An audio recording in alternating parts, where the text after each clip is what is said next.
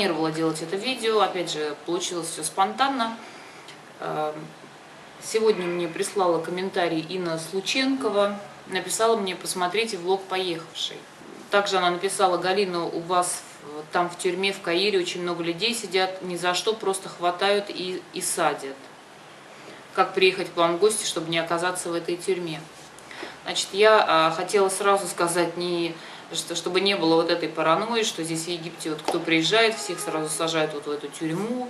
Это абсолютно не так, мне так кажется. Я больше чем уверена, это такое недоразумение. Я как бы себе записала, чтобы мне не забыть что-то важное вам сказать. Значит, я посмотрела вот это видео.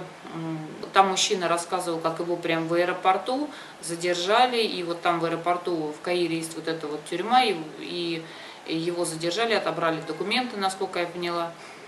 Вот эта вся неприятная ситуация произошла. И, слава богу, ему удалось освободиться.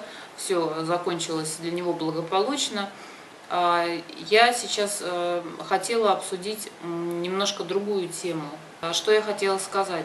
Чтобы не было вот этого волнения, чтобы не было вот этой как бы ситуации непонятной, какого-то страха у людей, я бы хотела немножко как бы расширить эту тему и углубиться именно, почему это происходит, и, возможно, каким-то образом вот эти вот вещи, о которых я вам сейчас расскажу, они помогут избежать вот таких вот неприятных ситуаций, которые вот случились вот с этим мужчиной. Первое, почему так происходит? Все знают, что в Египте иногда случаются, как и в принципе во всем мире, террористические акты. И во избежание таких случаев египетское правительство и силовые структуры, конечно, ведут определенную работу во избежание вот таких случаев. И поэтому для того, чтобы обеспечить безопасность, как для граждан, которые проживают в Египте, так и, соответственно, для самих же туристов, которые приезжают в Египет отдыхать, вот введены определенные, как мне кажется, на мой взгляд, определенные критерии людей, на которых стоит обратить внимание. Кто эти люди, которые могут попасть как раз вот под пристальное внимание охраны именно и пропускной системы аэропортов, на мой взгляд. Первое, что я хочу сказать, что и я больше чем уверена, что в большинстве случаев задерживают именно мужчин. Почему? С чем это связано? Опять же, это связано именно с тем, что египетское правительство пытается каким-то образом бороться с террористической деятельностью, которая присутствует, имеет место быть. И поэтому каким-то образом это нужно контролировать и выявлять вот такие вот элементы и предотвращать всевозможные случаи. Дело в том, что египетские силовые структуры, они, конечно, тоже не дураки и имеют определенный опыт, конечно, и определенные навыки, и поэтому они в большинстве своем, в большинстве случаев, они, конечно же, практически, я думаю, что больше 90% оказываются правы, и вот люди, как раз, вот, которые невиновны, возможно, сидят, как оказался вот этот мужчина, они составляют вот как раз вот этот небольшой процент именно случайно попавших людей. Как обезопасить себя, чтобы не попасть под пристальный взор вот как раз на пропускной системе, и для того, чтобы обезопасить себя от такой ситуации. Первое, чего стоит избегать в вашем внешнем виде для мужчин? Нежелательно, чтобы у вас была на лице какая-то растительность.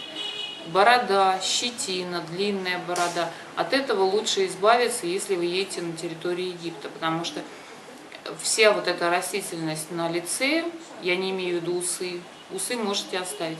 Именно борода, щетина, небольшая бородка, любая вот эта вот часть, она будет вызывать подозрение у охраны.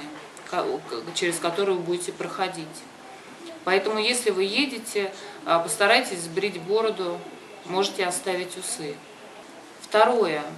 Когда люди приезжают, предположим, туристы, и у туриста вид не как у туриста, а как человека, который собрался в поход.